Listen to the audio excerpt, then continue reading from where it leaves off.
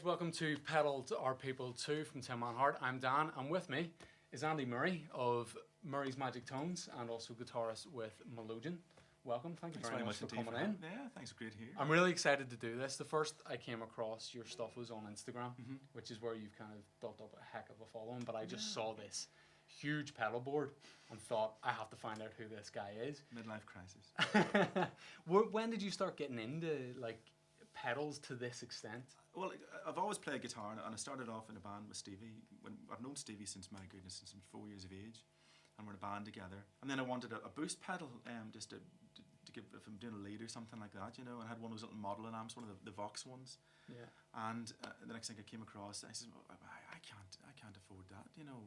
£130 for a little boost pedal, you know. Looked fantastic, you know, hand painted graphics and everything. But I found this schematic, you know, and I thought, how the hell are you meant to do this? And didn't he have a solder and iron? So I bought all the basic stuff and whatnot, and I started with these little boards that you get, and I made this thing. But if you open it up now, it looks like a rat's nest the inside of it, you know. It's really, really primitive, but it still works. Things have improved. Things have improved since then, you know. And I started. There's kits out there you buy, and I started with those, and then the stuff that you really, really want, that the real nerds get into, they basically.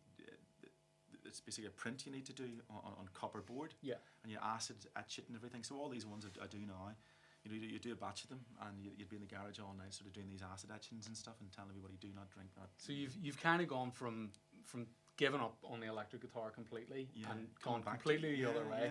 I know you're building your own pedals, and this guitar as well that you've got, you've kind of put that together yourself. Tell us a bit about that. I always wanted a Fender Jazzmaster, but the price of them, I couldn't afford them. So I saw, of course, you go on, it's like a rabbit warren at night, you know yourself, and you're on the internet, and the next thing you find, oh, there's a body of a guitar, and you say, oh, geez, I'm not going to pay that, you know, for a body of a guitar. And then I got an email, because this must have signed up to it a couple of months later. This is like, they're doing seconds or something, and this thing here was very, very rough when it arrived, and there was a knot on it, and I got it for chips, really, you know. And I sanded it all down, and I got it, and I put a little one of these all parts necks on it. Yeah. And to be honest with you, for all the amount of parts and everything, I could have bought like a Fender made in Japan one, you know, because I ended up putting, it was Seymour Duncan Antiquity 1s or 2s, I think, in here. And of course, you got to get all the Mojo capacitors and everything and all inside it as well, you know. But a bit like the pedals, you can customize and have it exactly as you like. That's it. But it's the most versatile electric guitar I've ever got, because I think when you see people sort of with these live, they've got, especially Sonic Youth, they've got sort of duct tape and all over these things, and this is the best circuit, this little bit here. Yeah. This jazz circuit, and it darkens everything down, and especially when I'm playing with Stevie, because he's very jangly on the guitar, and it's out there. He's first, and you want to be in the background. You don't want to be, you know, with your foot on the monitor, you know, and look at me, you know, jangling away here. And especially with this one, this is, you know, super twangly. It's very surfy, and you know, even with that, you can get away with it. But with this, it's just super dark, and you can, you know, it's lovely, and you can just blend into the background, you know. So you just you highlight sort of what Stevie's playing, but not get recognized, you know. Yeah. And I remember one guy, I went to a gig, I was playing with Stevie. And he said, Jesus, Andy, he says, I never heard you at all. He said, I didn't know where you were playing. And I said, that's good, you know, that's what I wanted. Because half the time, you know your place in the mix. It's just this wash of ethereal sort of blue mist, you know, if you want to call it that, you know. But it's just reverb. Even when I'm playing with Stevie, he just, is you serious? I see more reverb, mate, more reverb, you know. Always. We're fans of more reverb. More reverb. Drummers can have their cowbell, we've got the reverb. And then, of course, you got a Blues Junior back here. Blues Junior, yeah. Is that just clean? Clean all the time. There's no dirt. Build up from just clean, and and I had to change the tubes in it once. God, they're bloody expensive, aren't they? The tubes for an So I'm thinking solid state might be the way forward, you know, because I'm doing clean, you know. The Rolling Jazz choruses, because they do like, it's a 100-watt one, his next one's a little 40-watt one. I'm thinking that, but they're quite reasonable, really. I mean, I mean that pedal show that we're big fans of, they have done a lot about, you know, can those kind of solid state amps compete? Yeah. And the answer is definitely yes. Because in some cases, because ultimately I'm not using, you know, as a clean set and all that, and you know, it's just basically a sort of palette for what I've got here, really, you know, for all this. Speaking of this work of art. I know, take us through the signal chain. Yeah, it changes all the time, this thing, you know, depending on what I'm doing. But I'll go into that in a minute. But for just straight in, the guitar goes straight into this. It's a Morley, is it? Morley M2 volume pedal. Yeah. And the wah, I never used the wah. and the next thing it goes into this this jangle box compressor. And you've made that yourself? I made that myself, yeah. The ones you that basically is about £300 if you want to get it. You know, Stevie has a Rickenbacker 12-string. Yeah. And I says, oh man, you know, allegedly everybody that has a Rickenbacker 12-string, you need one of these. He says, no, indeed, I don't need it, you know. But of course, I started making this thing, you see. So I says. So if you to make two of everything then, because Stevie sees it, and he's like, he does, I want one of those. Yeah, he does, yeah. Like, I mean, that one there, this dark brown one here. Yeah. I knew that he would want it, so I made an extra one, you know. And do you do the artwork and stuff yourself? Yeah, as well? yeah. It depends if I'm lazy. See, that's so distinctive. That's basically, it's just I forget the name. There's sort of Japanese pens, you know, like acrylic pens. But then sometimes it's you know, acid etched as well, which takes a lot of time. Then you forget about it because you're watching, you know, First Dates or something like that, you know, and you forget about it. But yeah, so this jangle box thing here, it's basically it probably I'll wait. I'll put the 12-string in a minute or two. Cool. But it just sort of eases everything out a wee bit. But it's got 3 different settings, and this one here is it's a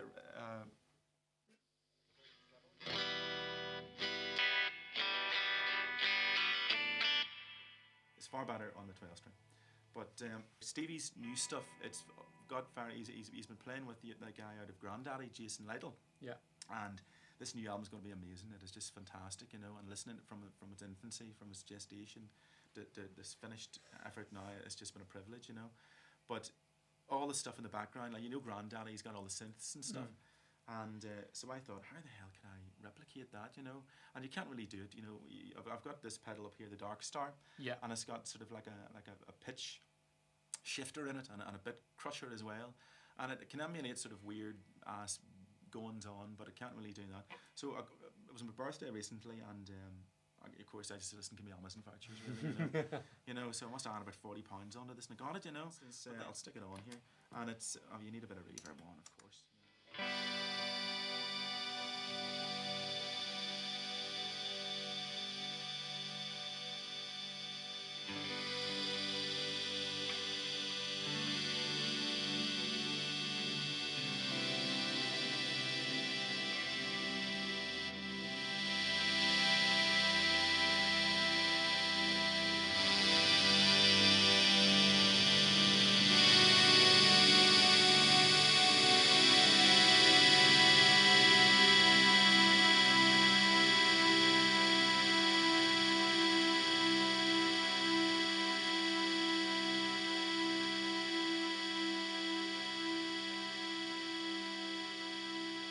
When I'm playing with Stevie, I've got a big 3 A4 sheets stuck together with a Sharpie about all the settings of what the hell this is going on here, you know. I probably need some sort of switching box or something, you know. They're so expensive. So I have all the ingredients of every song down. So if you ever see us live playing, I'm basically down sort of scrambling around doing different settings and stuff and all, you know. You can do 16 settings in this thing, but 16 would be too big, you know, right to hear. Yeah. So this changes the settings. So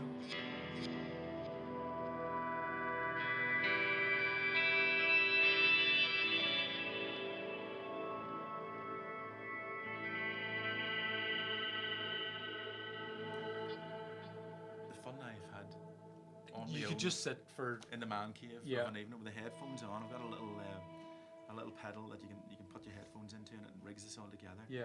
And it's like the TARDIS. and you go in there, you think 10 minutes has lapsed, and it's just like listening to Spiritualize, really, you know.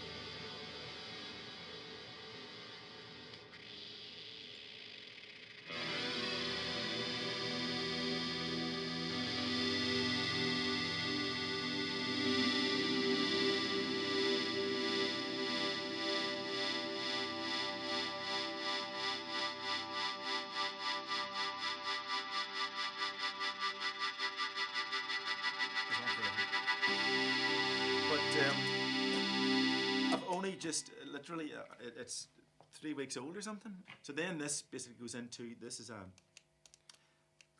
internet again. It's a clone, yeah. And this was before Electro Harmonix released the, what was it again?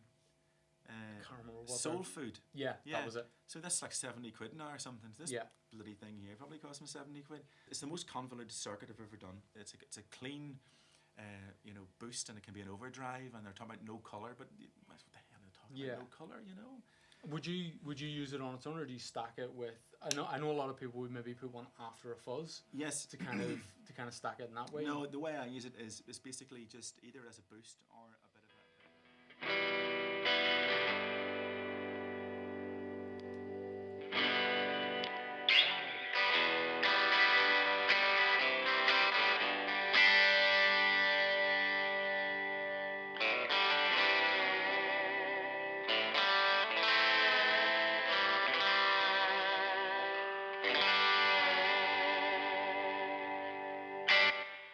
That's it, really. And have you modded that in any way to increase the output? Because your output looks really low, but it's still giving it a wee. I don't know what I've done.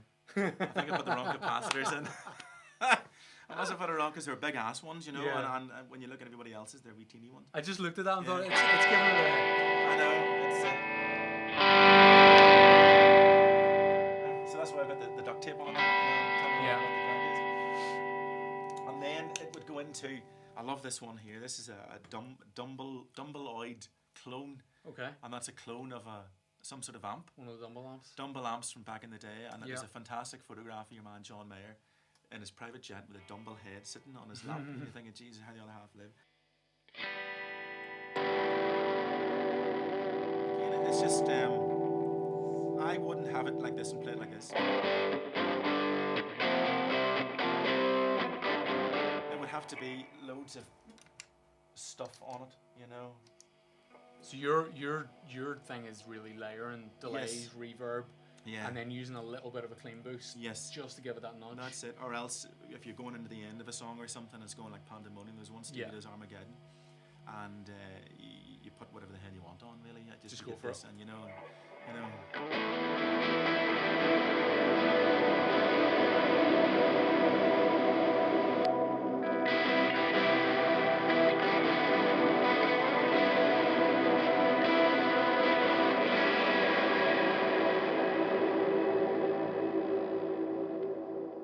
And this is another one that's based. I saw this again on Reverb.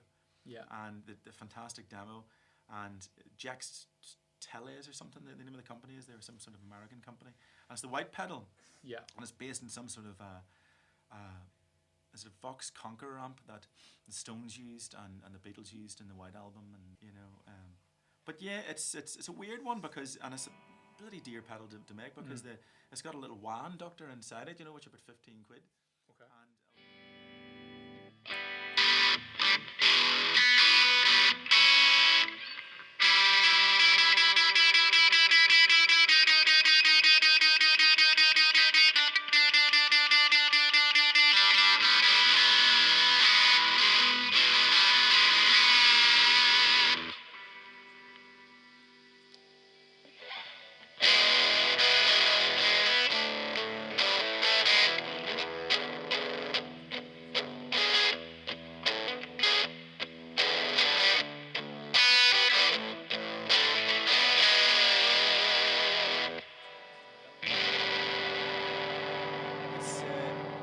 versatile as well. You can find when you change the treble and the bass, this wah setting changes so much as well. You know, so you can be fiddling with this. Is it almost like a cock wah, like it kind is, of yeah, half set? Sort of. And I think basically these Vox Conqueror amps back in the day had this thing built in. Okay.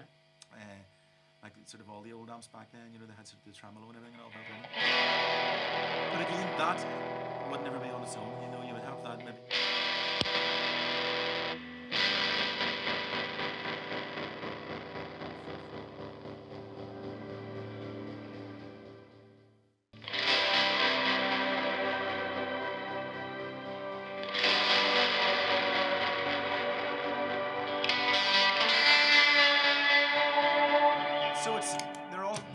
mostly stacked, you know, and I couldn't tell you what I'm doing half the time. That's why I need to write everything down. You know? And so then, yes, basically this is the white pedal, then goes into, the tuner, after this goes into that. Cool. Where does it go then? That's fine. Try and follow the trail. I think, yes, it goes into here. Yeah, this is a Astrotone, this fella here. Okay. Again, another, so I think it was one of the first fuzz pedals ever built. But again, these things, you know, to make them yourself, they don't cost an awful lot. Yeah. It's just knowing how to make them. That's the skill. The skill, and it takes a wee while. But you can see, like for me to make it, you're talking basically, you know, 4 hours or 5 hours of my time. So you're gonna add money onto that. Of course. But that's how you know, like Brian Wampler would be someone that I would follow. Yeah. That's how he started out modding pedals for guys. And you're managing HS as well. Yeah. That's right. Yeah. It's not quite a fuzz. It's sort of distortion. Okay. And again, that will be layered with stuff as well. You know.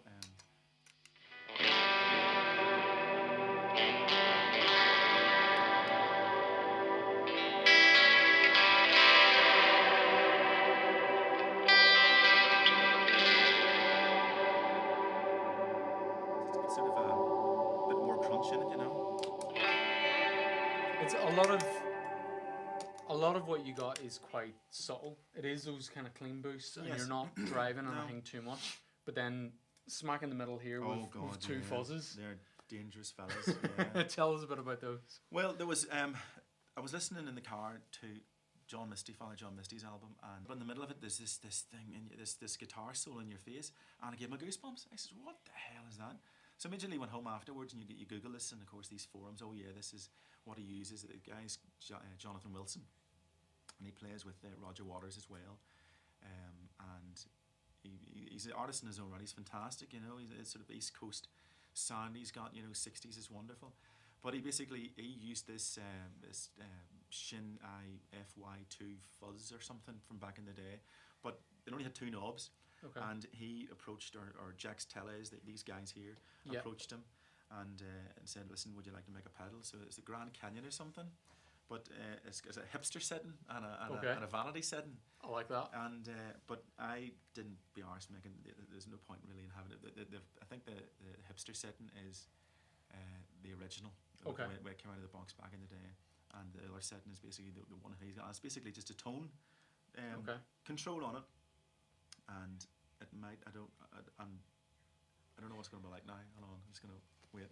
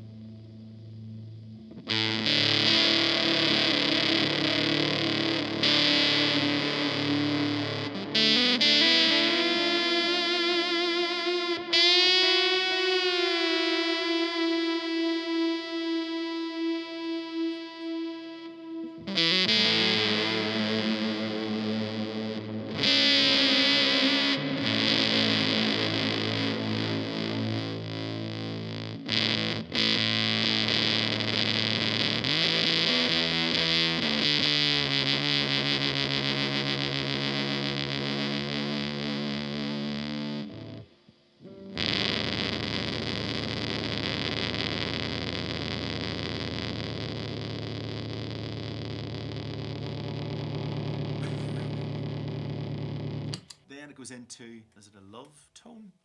Big cheese or a love?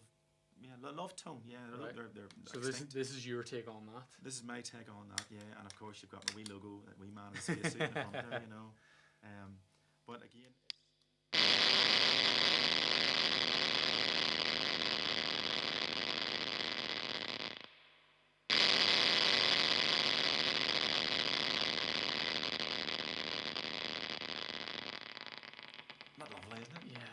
So that is that starving it of the power? Yeah, it must be doing something. To be honest with you, half the time I have no idea what I'm doing, you know. You're following schematics. I'm following schematics, cool. And then you're Googling, why is this one different than that one?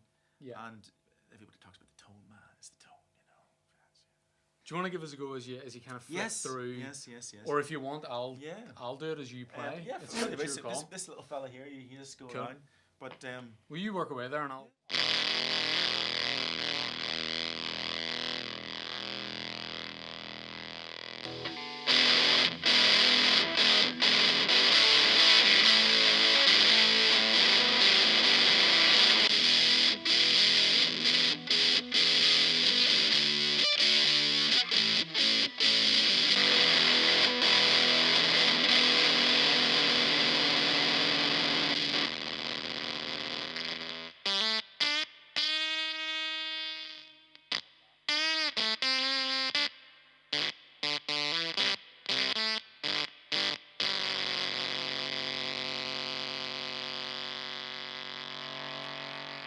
How do you fit that into a Modulation set? You don't.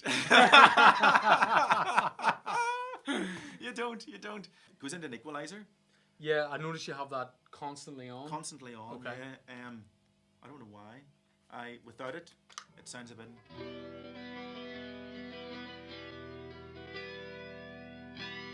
But again, my wee daughter comes over and she crawls up and she changes all the settings. So that wasn't like that yesterday. Okay. So I don't know what. But it's the subtle kind of change. It does. It gives a wee boost, and it gives it a bit more sort of mids as well. I think there's the problem with this one here, this amp, they're top at the mid range. There's not much there, and you should have bought this other amp if you're getting pedals and all this. But Stevie, I fixed one of these for him, and I thought, an equalizer pedal? What the hell do you want an equalizer pedal for? It's a waste of money. And I plugged this thing in, and I thought, Sacred Heart of Jesus, this is great, So I thought, I'm going to get one. So again, saved up the Amazon vouchers from the last birthday or the Christmas or something, and got it. So the pedals that you tend to build yourself are boost and dirt. Yes. You're not kind of going into modulation. Is that just a wee bit now? Yeah. Okay. Yeah. The modulation pedals are really convoluted, and some of the times the chips basically are obsolete as well. Okay. But they're really they're a pain in the backside to make, really, and especially like delays and stuff and all. You can do primitive ones. Yeah. But the ones you really want, there's not a hope because they're proprietary chips. They're basically, there's a little computer going on inside them, And with my soldering skills, it wouldn't work. But so you've the small stone, and then the third dimension, the TCs. I mean, people might turn their nose up, but I think they're great pedals. I have a couple of them on my board, and they have that. They're solid pedals, and if you A/B them against something more expensive, you probably wouldn't be far off. That's right, yeah. And I've listened to them, and you think, for heaven's sake, by the time you put a tone knob or something on, you can't tell. But I always have it number one. Okay. And then when my daughter I come back and they're all on, But again, it's just got a lovely, but you need to have a wee bit of delay on it as well,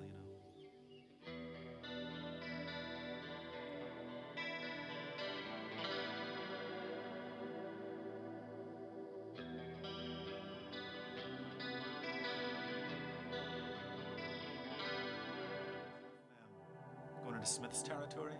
Yeah. As well when you're playing it. But again, simple. Love it. It's just those little subtle touches that seem to be, especially when you're playing with Modulation, you don't want to be overpowering it, like you said. No. It's just a little bit of chorus or a little bit of something in there. That's it. It's just like a pad, really. Yeah. In the background, because some of the gigs I've played, he's got sort of fiddle players and cellists and accordion as well, and another guitarist. So I'm just basically putting this sort of ambience in the background. And sort of pushing these songs a wee bit forward, especially sort of near the chorus and the end, and just basically putting a highlighter pen on what Stevie's doing. Because I remember the first time I played with him, and it was Communion Girls, one of his good ones, and so he starts off, and the band's all in there, when it comes to the bit, basically this is the, on the record, this is when it goes in, and I basically put this on full blast along with something else, and I'm giving it, and Stevie just stops and he just does this, doesn't say anything else, and that's when I knew. That's all you needed. This because yourself when you're playing in the bedroom, you think you're the bee's knees. Do you ever do that? Do you ever get a tone set up in the house on the headphones? It sounds great. Oh yeah. And then you get out to a gig and it just doesn't. It either doesn't cut through or it doesn't sound how you think it was going to sound. That's right. Yeah, all the time. The stuff I'm doing now, it's especially with the synth pedals, you want a bit of choppy sort of tremolo on it, and this is based on a Vox repeat percussion, but this one here is it's a direct clone of the Hummingbird Earth Cricket devices. Okay. Yeah. And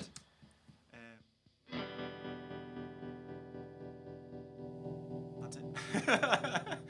There's another setting you can do, and it goes a little bit faster. It's a bit like a hummingbird, isn't it? But with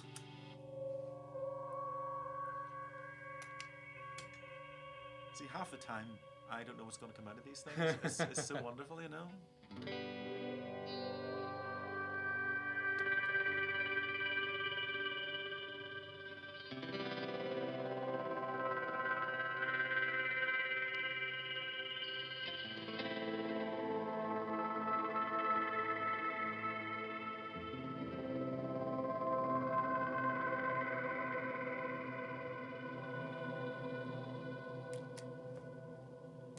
And then that goes into, it goes up here then, I think. Okay. It doesn't go over there. It goes up here. And again, Amazon vouchers. I save them all up. This is again, I had a Beatles phase, and it was the time I was making all these pedals based on amps that the Beatles used. Yeah. And again, this guy, Robert Keeley, made this pedal here, this 30 microsecond double tracker, and of course all the advertising that he did was fantastic, because you know, you've got the Beatles walking across the road or something like that. So it's Abbey Road. Yeah. And it's a double tracker. Okay. You know, the way the metalers would use, but this is very, very subtle. And it's got a built-in reverb as well. So this without it, it's basically like a very subtle chorus.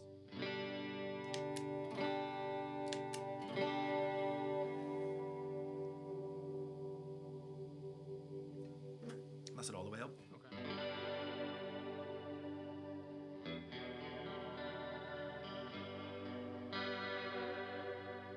Three different settings. What's the first one? Dimension is, this is a bit like a chorus, really. Okay.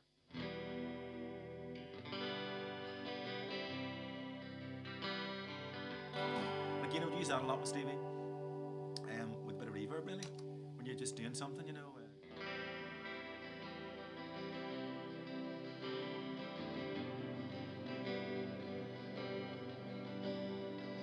It's very subtle, and then that goes into, where's this go in here? Let's see. Yeah, it goes in here. Goes into, I just made this. Yeah. This is, again, for some reason, I'm obsessed with the 80s now. Okay. The sounds they got, Andy Summers out of the Police. Yeah. I didn't like the Police when they came out. There's a couple of songs, you know, but I'm going to... What a guitarist, though. Oh my God, you know, amazing. But the sounds he was getting, and again, I think he was going into one of those Roland amps that we were talking about earlier, you know. And the Cure, I think they basically used one of these. And it's a flanger pedal. It's based on the Electro Harmonix Electric Mistress or something, version 2. Okay. And I managed to find the chip in my drawer, in my man drawer. You just happen to have one? What the hell is this doing here? It was placed there by the gods, and I says, oh my word, because you can't find it for head, you know, for no money. Yeah, but so this flanger, allegedly there's another website, Gilmoreish. Have you ever heard of that? No. David Gilmour out of Pink Floyd. There's this guy, and he's amazing. And he goes into such detail about the different settings and the sounds that this guy can get. But again, it's just a lovely little flanger.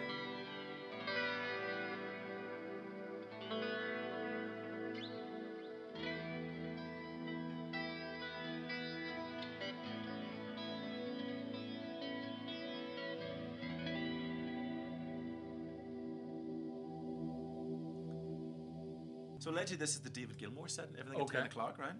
But then if you wanted the other guy, what's his name, out of the Police, that's his setting here, you know? Yeah. You know? You can hear that, as soon as you hit that, it just puts you in mind of his song. just built it. Haven't really used it.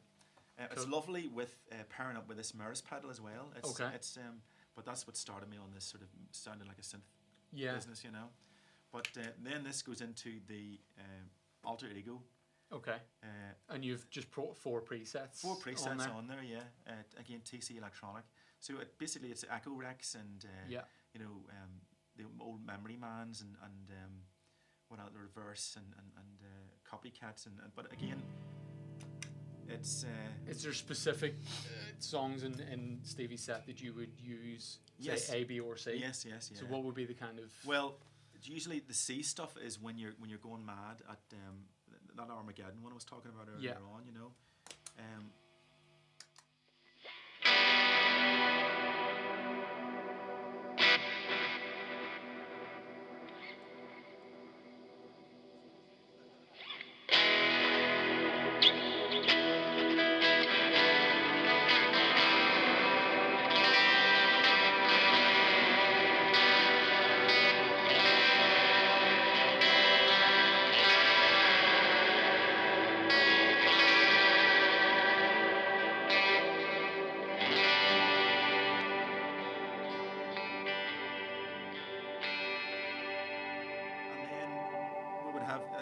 This is a lovely sort of slapback set.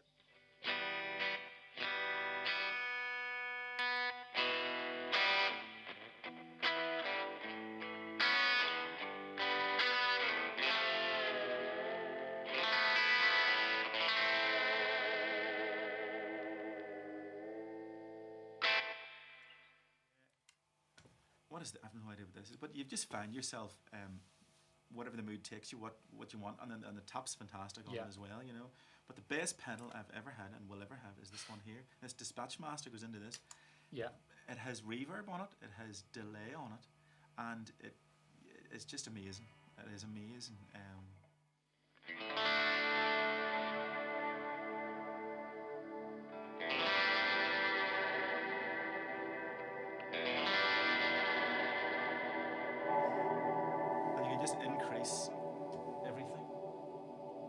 If in doubt, turn everything up. Turn everything up. You know, just.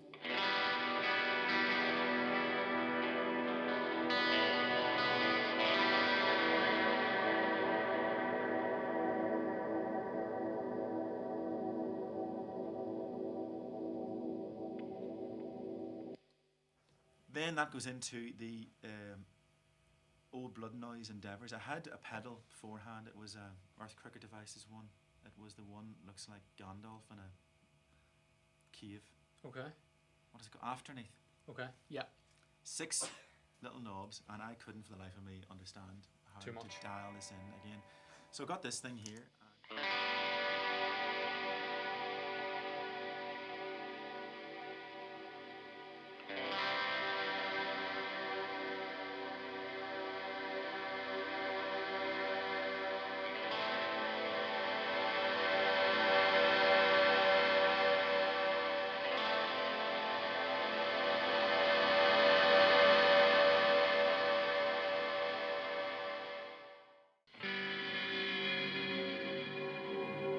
I think I could do soundtracks to Doctor Who. Yeah.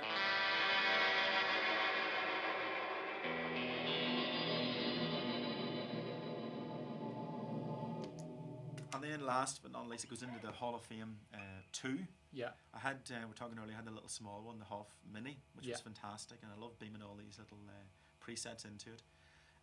But this is great. I used to have this on all the time. Yeah. But with this Dispatch Master, that's now my new favourite. But it has a fantastic 80s shimmer setting.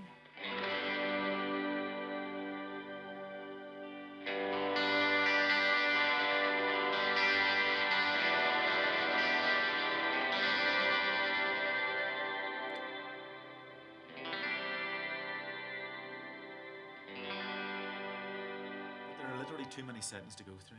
It's almost too versatile, but if you find yourself that setting, you just let it sit. But there was one I made, and it was you couldn't have played with it live because of the feedback you were getting. Yeah. It was just, but it was lovely. It was like a cathedral on steroids, you know. But you have basically have another pedal board and a chop and change different. Basically, the other pedal board is more modulation and stuff as well. Yeah. But I would chop and change. This would be the live one. Okay. That I use, but it's just to get a vibe, really. You know, it's just to compliment people. You know, they would never say, "Oh, Jesus, look at your man going shredding his axe." Is there anything on there that you couldn't be without? If you could only have, if you had to go and do a gig with one pedal, or if somebody stole all your pedals, is there one that you would be more kind of, you know, because I get very attached to pedals. You know, I have my Tube Screamer. It's probably one of the things, and I've got a Wampler Ethereal that I use for. It's pretty much solidly on, and if somebody nabbed those, I would be gutted. Is there anything on there? Dispatchmaster all the time. You know, it is just so versatile. You can turn off the delay, you can turn off the reverb, and have whatever you want. You know. Oh, but I forgot about this this fella here. The Freeze. The Freeze. I use that an awful lot as well with Stevie. Sure. Again, in between songs, bit of silence, you don't want that, and especially when you're hitting one note, for instance, I'll do this, and you want it to go on forever.